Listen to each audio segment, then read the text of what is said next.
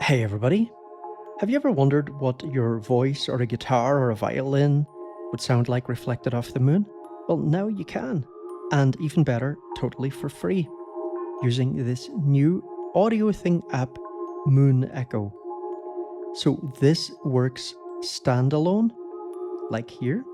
So you could just load this on your phone, for example, and speak into it through the phone microphone and so on.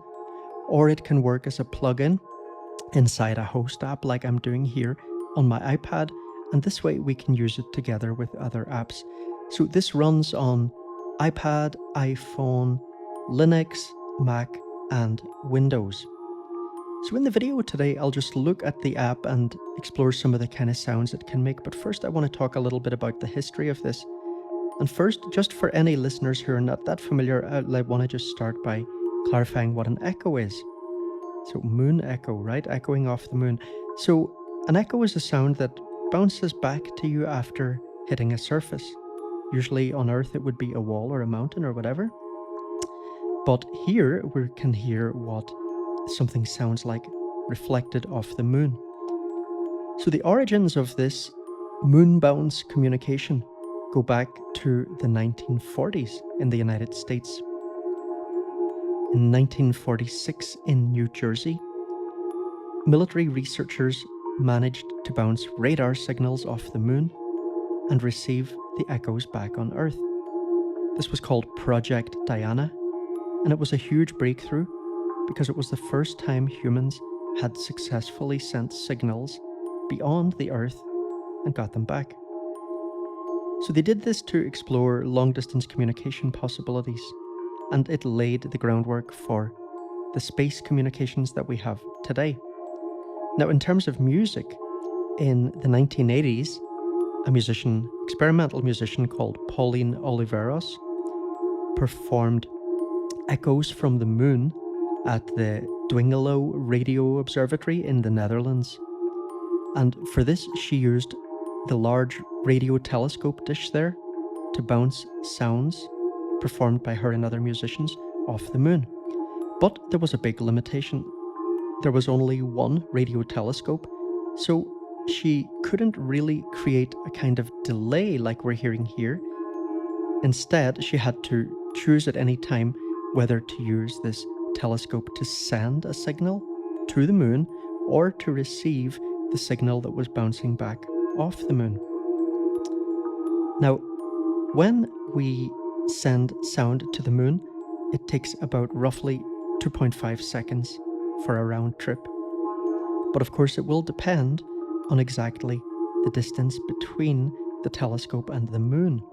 So in this app, we have a little button here that says Ping Moon, and we can press that to find out the exact distance currently between this Dwingelo Observatory in the Netherlands and the moon. Now, about the sound of this kind of echo that we get off the moon, it has a very degraded sound and a very kind of unique texture, because the moon's surface isn't smooth like a wall, right? It's rough, it's covered in dust and rocks and stuff like that. So this scatters sound waves. It reduces the quality, it makes the sound lo-fi. And the signal weakens over this 480,000 mile round trip. So we get a real degraded quality, a lot of noise, a very distinct kind of gritty texture. So this app, Moon Echo, the cool thing about this is that it models what that sounds like, okay, if we used a radio telescope like that to send and receive a signal. But here, we're not limited by having just one device for transmission or for receiving. So this allows us to use this in real time as a delay, right? Because in a delay, we've got to hear the sent signal and the received signal if we want to get a traditional delay effect.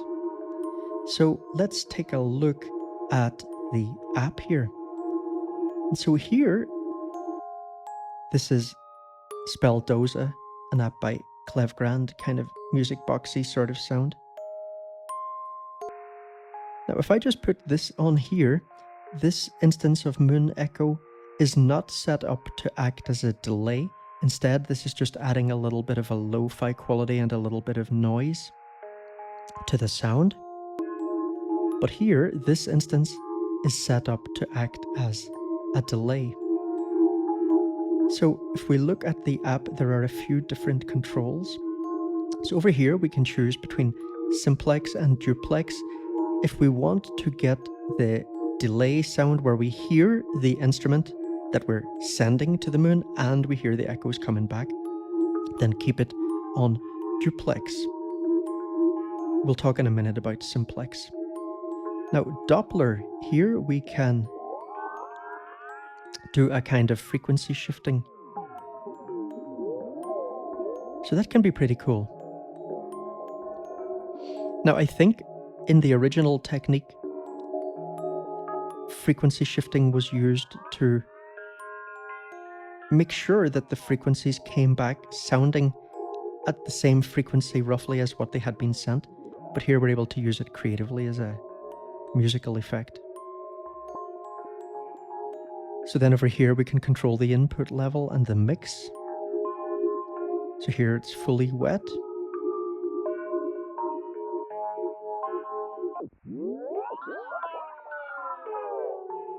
And here it's fully dry. And I'm enjoying using it at this kind of level. Then here we've got an output knob. Here we can adjust the noise sound. And if we press on this menu here, we have a little thing, dust envelope, which means that you won't hear the noise all the time. You'll only hear it when there is signal going in. So when one of these notes is being played by Speldoza.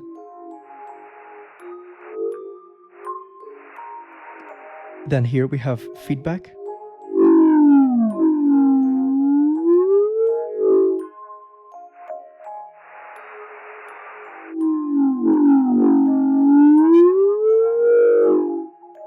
And here we have the delay time.